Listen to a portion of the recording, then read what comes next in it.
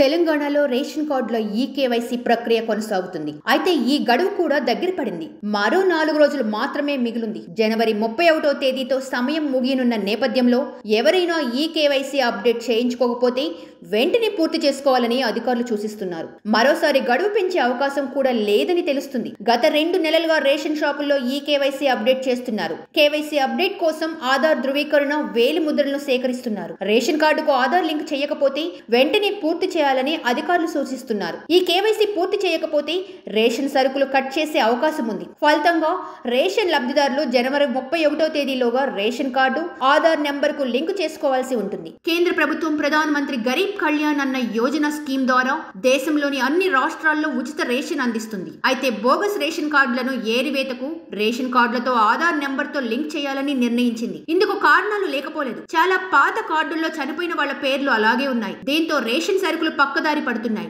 వీటికి చెక్ పెట్టేలా ఈ కేవైసీ ప్రక్రియను తెరపైకి తీసుకొచ్చారు. కుటుంబంలో ఎంతమంది లబ్ధిదారులుంటే వారంతా కూడా ఈ కేవైసీ చేసుకోవాల్సి ఉంటుంది. మరోవైపు కొత్త రేషన్ కార్డుల మంజూరు కోసం తెలంగాణ ప్రభుత్వం కసరత్తు చేస్తుంది. త్వరలోని విధానపరమైన నిర్ణయం తీసుకునుంది. అయితే ఈ కేవైసీ పూర్తయిన తరువాత లబ్ధిదారుల విషయంలో మరింత స్పష్టత రానుంది. ఈ డేటాను కూడా పరిగణలోకి తీసుకునుంది సర్కార్.